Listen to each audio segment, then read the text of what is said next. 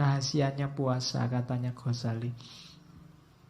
Gini loh, manusia itu kan derajatnya di atas hewan. Kenapa? Karena dia punya akal. Kemudian cuma dia di bawah malaikat. Kenapa? Karena dia punya hawa nafsu. Asumsi premis pertama itu. Maka harus hati-hati. Jadi manusia itu derajatnya di atas hewan dan di bawah malaikat. Terus hati-hati kalau dia, kenapa harus puasa? Puasa itu memerangi hawa nafsu. Kenapa tidak harus diperangi? Karena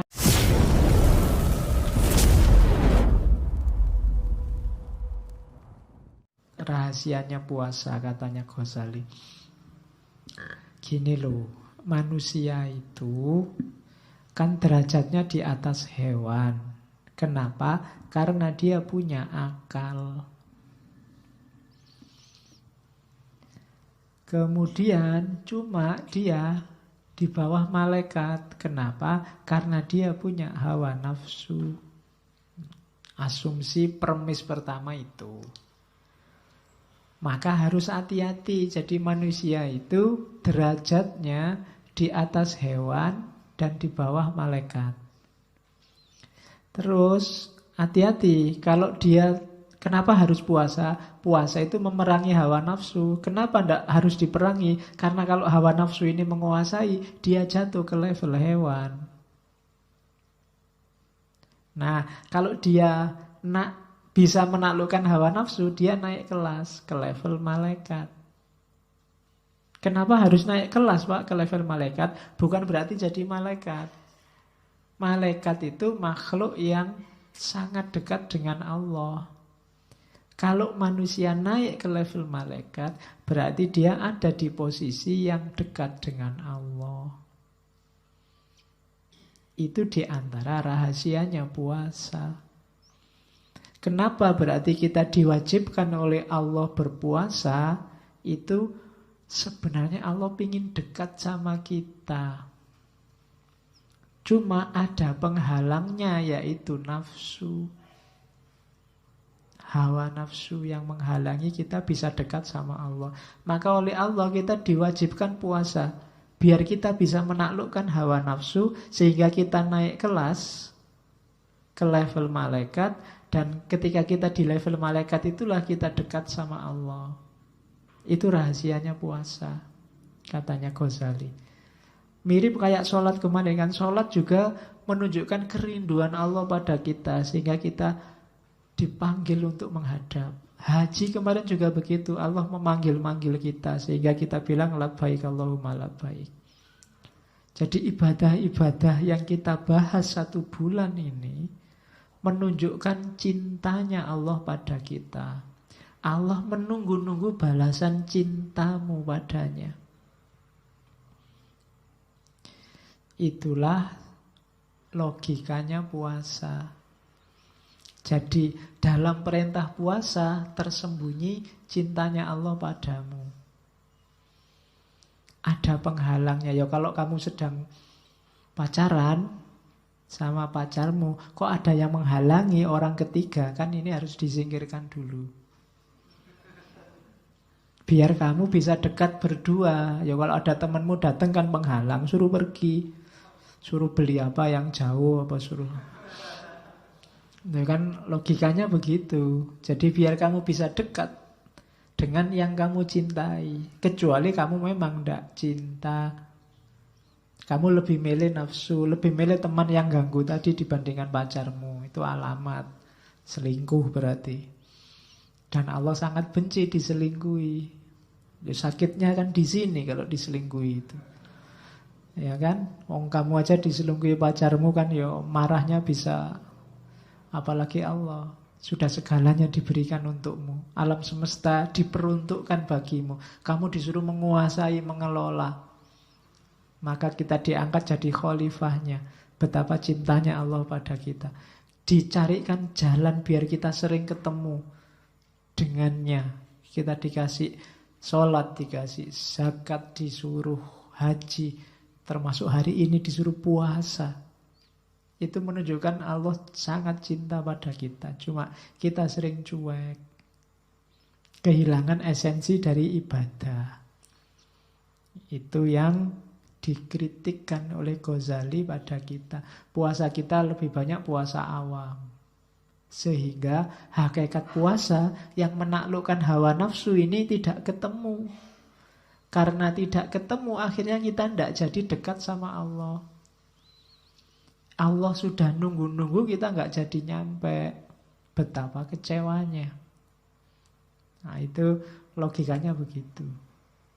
Puasa itu. Jadi ketika kita sedang puasa, ingat-ingatlah bahwa kita sedang dicintai Allah, kita sedang ditunggu oleh Allah untuk mendekat padanya.